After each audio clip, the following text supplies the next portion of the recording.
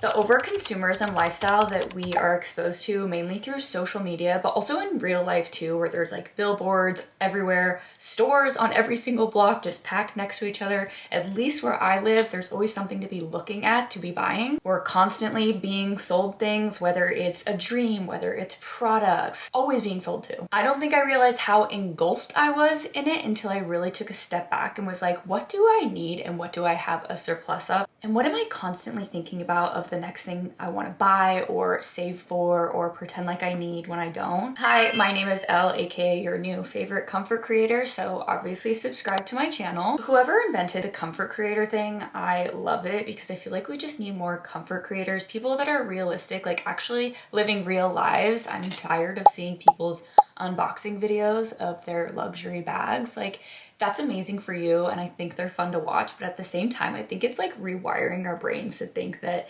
that's normal. Like, we don't need to have 10 bags or 10 of anything. And so this video is all talking about overconsumption and things that I have been doing to not fall victim to those traps of thinking that I need more and more and more, and living a simple life and actually being okay with that. Like, really acknowledging that I don't need a bunch of crap in my apartment and learning how to be grateful with what you have now. I don't know about you, but I'm constantly thinking about the next thing that I want to buy or constantly focused on the next best thing, which really creates a lot of misery for the in-present moment if you're always looking forward and always looking at what you don't have. The quickest and easiest way that I have turned around that mindset is just being more in gratitude. When I see everything in my life and how blessed I am, I'm like, I really don't need to be complaining or looking for more things to add into my life. Like, I'm pretty content with what I have, but the minute I go on social media or the minute that I step outside and see that there's like 50 different protein powders, 50 different shirts, 1,000 different foundations and blushes, like there's just so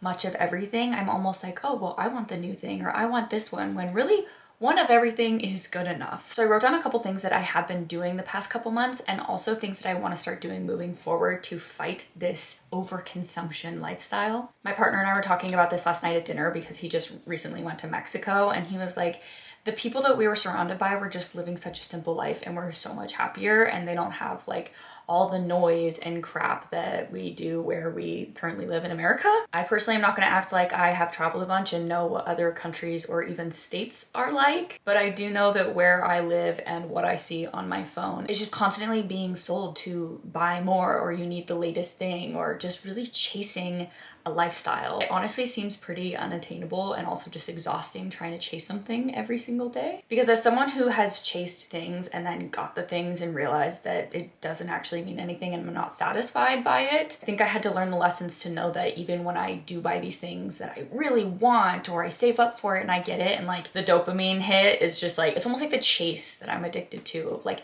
saving for it, or I want this, and then when I get it, I'm like, what's the next best thing? Which is just such a horrible, like rat racy way to live, in my opinion. I personally am not satisfied with that way of life because I always just feel like I'm never satisfied and never can be happy until the next best thing. When, like I said, like I have so much to be grateful for in front of me, it's just up to me to actually look at that and appreciate and just not indulge in this overconsumption. Like, be okay living a simple life. I don't know if it's like pride or ego that makes me feel like I'm not good enough if I don't have the newest car, or if my bag collection doesn't look a certain way, when really none of that freaking matters. So here are a couple ways that I have been balling on a budget, or that I'm gonna start implementing to reduce just less waste in my household and just not collect a bunch of things that I don't need and not indulging in my wants. Something I've been doing the past like year, maybe it hasn't been that long, but I've been thrifting. It's not like totally as convenient as going on Amazon and buying something and getting it the next day and you get exactly what you want. But honestly, when I go to the thrift store and I need simple things like white t-shirts, I'll find them for like $3. Some people are grossed out by the idea of thrift stores. I don't really care. I just come home and wash the clothes. And doing a little bit of research, especially like the girls on TikTok, like if you just search thrift stores around you, I feel like the girlies have done the work to find the cool thrift stores. So I have found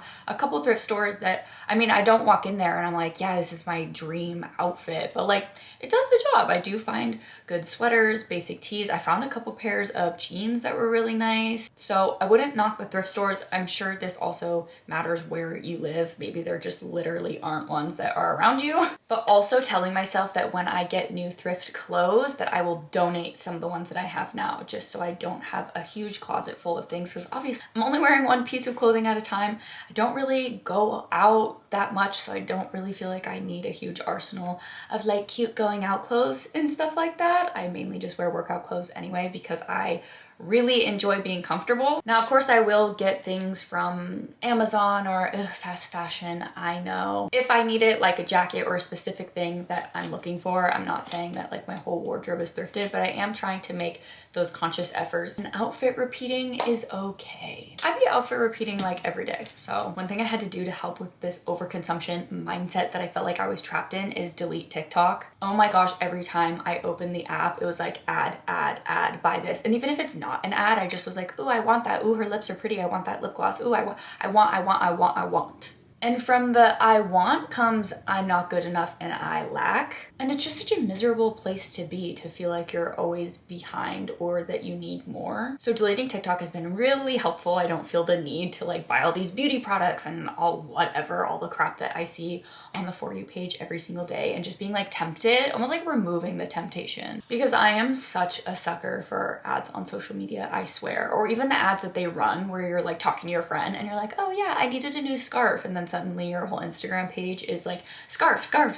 And I'm like, okay, well, you showed me 5 times. I guess I'll just buy it. So those ads trip me up, along with like the influencers and the content creators. And then segueing into products is only buying one of what you need and not repurchasing until you are out of that one thing. For example, with makeup, when I used to work at Ulta, oh my god, I still have so many eyeshadow palettes. They're kind of like collectibles now. I don't use them because they're so old. But like, how many mascaras did I have? Because I would buy them or I'd get them for free. I used to have like 5 mascaras at once. Or body lotions. I feel like I have like 3 in my cabinet right now, and it's just like, you don't need to have 3 body lotions. But then I get sucked in, or I'll see a video, or I'll go to Target and I'm like, ooh, this new body lotion, I really want to try it, and then I'll get it, and then that's how I start collecting all these products when I don't even need all of them. So being honest with myself when I see a product and I'm like, yeah, I need this. It's like, do you really need this, or do you just want it? Another thing with that is you don't always need to buy something if it's on sale. I feel like I'm such a sucker for something that's on sale. I'm like, well, let me just buy it now because I'll need it in the future.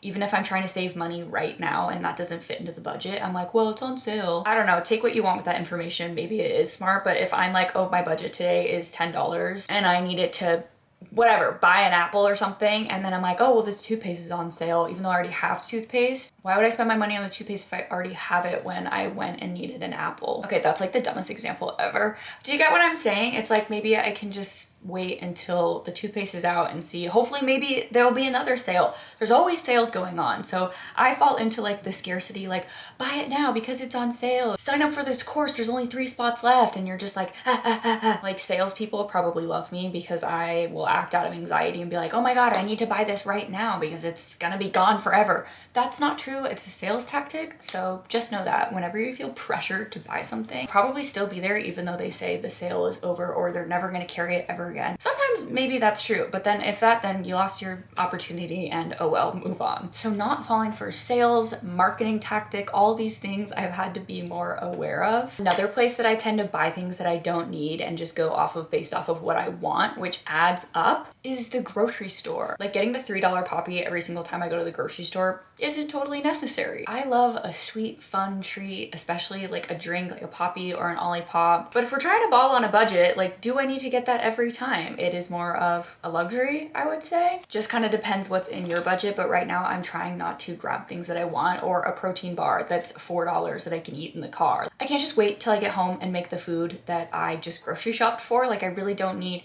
the $4 bar, the $3 Poppy. Now we're at $7. That just, it's like, really? Why? You don't need all these things. I'm just such a sucker for that. I don't know if you guys are too. It's almost this idea of like swiping the card and then being like, it'll all work out. I don't need to budget. And I've learned this past year that that actually doesn't work out. So take it from me. One thing I will say is really cool that I discovered, I think it's new. Whole Foods has been doing this family pack hot meal thing. You know where they have like the bar with the hot meals on it? It's $35. I just made actually an Instagram video, but I made 5 meal prepped containers with salmon, broccoli, and sweet potato, and it was all $35. And it was all pre-made, fairly healthy. Is it the healthiest? Probably not, because I'm such a freak about my food quality. But honestly, like when I get stressed out, when I have a lot of anxiety, it's hard for me to cook and then clean and then also eat, because I don't really have an appetite or like the energy to do all of that, if I'm being completely honest. When I'm in survival mode, all of that just sounds really difficult, even though it's like eating. I need to feed my body, I know. So that's kind of a cool, easier way to meal prep. They've also been having a lot of fruit on sale. I'm not sure, I just had a good experience the last time I went to Whole Foods. Actually, that's only half true, because when I was leaving, the people that solicit on the outside like totally targeted me as I was holding my pounds of groceries, were trying to talk to me and sell me. See, I'm so bad with salespeople. They were talking to me, and I didn't know how to be like, ma'am, I'm holding like pounds of groceries, please, can I? No, thank you. I respect the hustle. Besides that, I had a better experience at Whole Foods. In my head, I thought Whole Foods was like super duper expensive, and I actually think it was a little bit cheaper than when I was shopping at Sprouts. But anyway, those are 3 ways that you can start balling on a budget, fighting this over consumerism life that we are living in right now in America. So delete your TikTok, or just stop doom scrolling and being sucked into these sales and marketing videos that are racking up your credit card points. Look to see if there's some cool local thrift shops around you. Honestly, I make it a day with my friends, and we just go and hang out and find what we find, kind of have low expectations, but just go and look for maybe like basics or coats or things like that, where you could save a little bit of money and consume less. Also try donating some clothes. Did I say 3 things? Maybe this is 4 things. Do not buy more beauty products or any type of products until you are done with the product you are using. If you are not done with your foundation, do not buy a new one until you are out, okay? Maybe we have 5. Don't fall into sales. You don't need to buy something just because it's on sale. And lastly, check yourself when you're in the grocery store. Are you going when you're hungry and grabbing whatever you want to eat? Or are you actually going with a list and a game plan and a budget in mind? Let me know in the comments if you have any ideas that I could start implementing or share as well, because I'm always trying to learn more ways to be balling on a budget, because I'm just trying to adult and set myself up for success in the future financially, and I'm just learning how to do that. So these are some tips that I'm implementing that seems to be working fine, and I hope that they work for you. Like this video. Bye guys, love you.